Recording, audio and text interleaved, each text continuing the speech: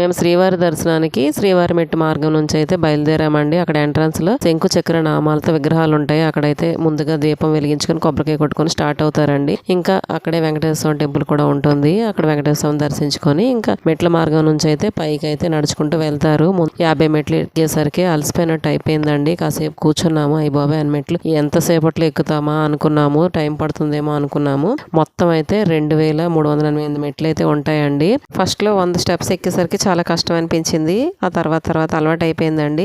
అందరూ మాలాగే ఒక 150 స్టెప్స్ ఎక్కాక కూర్చొని అలా వెళ్తున్నారు. మేము కూడా అలానే ఫైనల్ గా 2 గంటల 15 నిమిషాలు అయితే వచ్చామండి.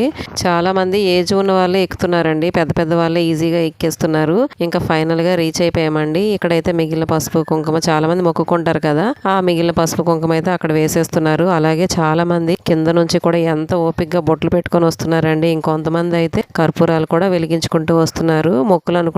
మేమైతే నడుచుకొని వచ్చేసరికి అలసిపోయామండి. మాలాగే చాలా మంది అలసిపోయి అక్కడే కూర్చుండిపోయారు. ఇంక ఇక్కడైతే లగేజీ కౌంటర్ అండి.